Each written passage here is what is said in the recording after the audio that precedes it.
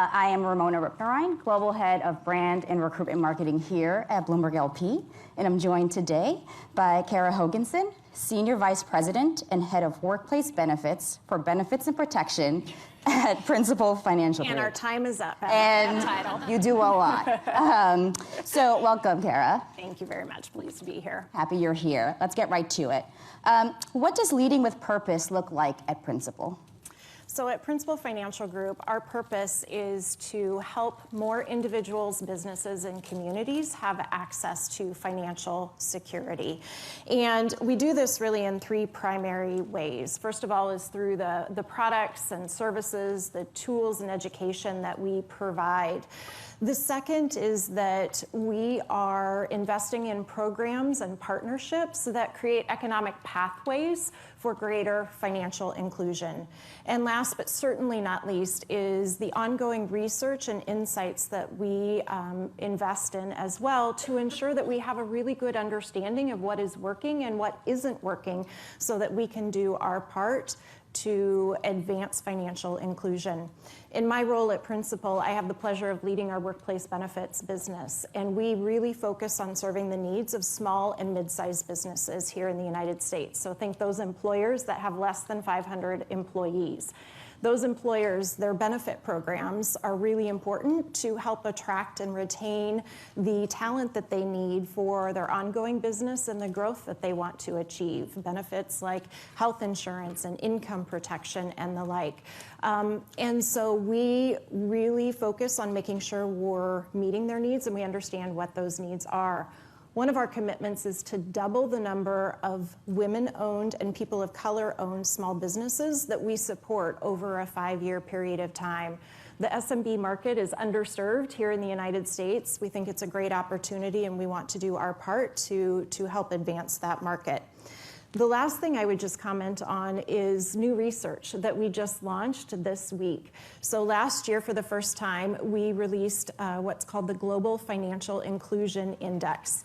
And this year is our second release of information on that topic. And really, it's meant to be a data-driven benchmark to help evaluate financial inclusion in 42 markets around the world. And I think we'll spend a couple more minutes talking about that here. Yeah, really informative. What role does financial security play in building a more sustainable and inclusive, really, future?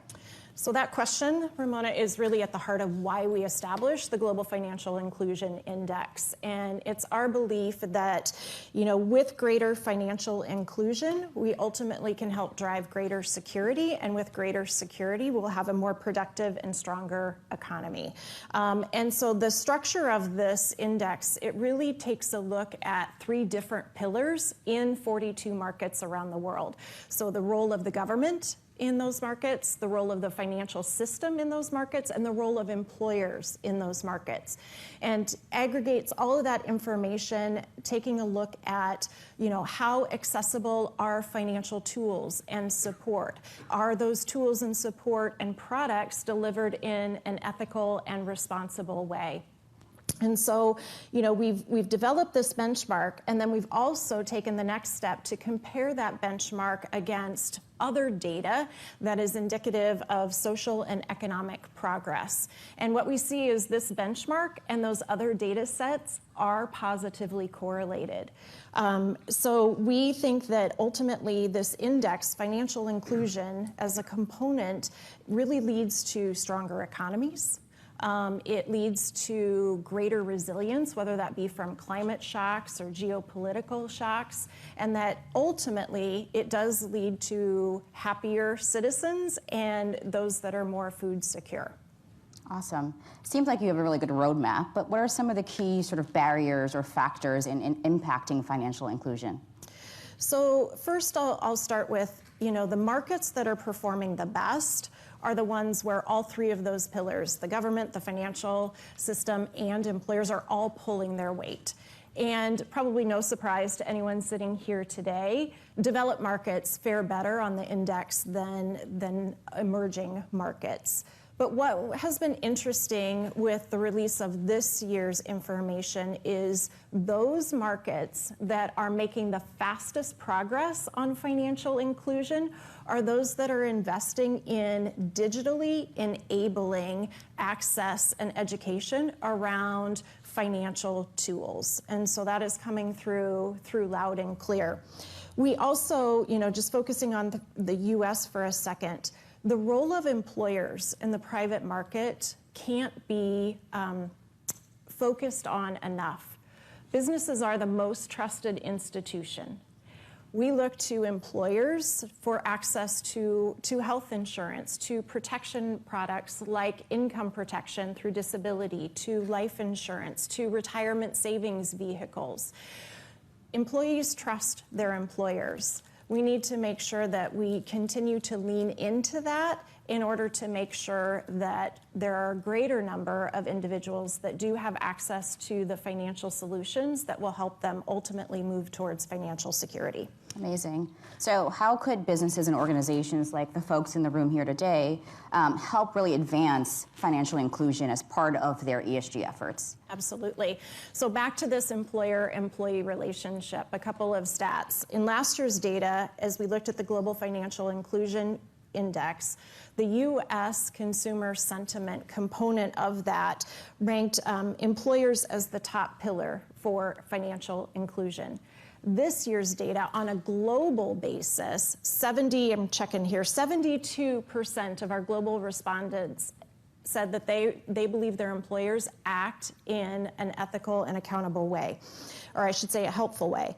And so it leads us to believe that ultimately, if employers are the mechanism through which individuals can gain access to the resources they need to make progress towards financial security, that those employees will act based on the level of trust that they have in their employer. This goes beyond a paycheck. It is about the benefits program. It's about the environment in which they work. And this is particularly important during times of economic uncertainty. So, part of Principal's commitment is to make sure that we understand the needs of these employers, the needs that their employees have, and ensure that we're delivering the right options for the business and the employees working in that business so that they can ultimately, again, make progress on financial inclusion and security. Yeah.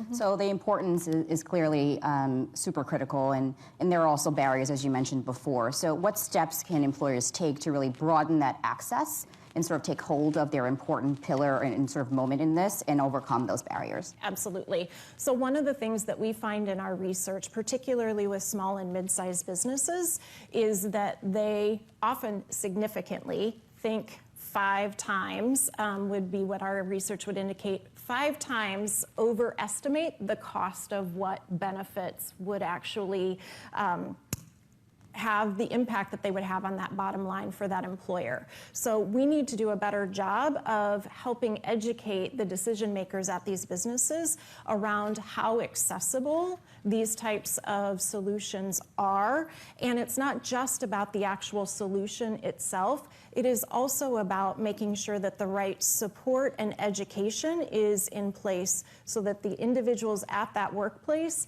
understand when it makes sense to make a decision, how they should go about evaluating that decision, and when it may make sense for them to make a change. So it really is about starting with that education and then driving that towards action.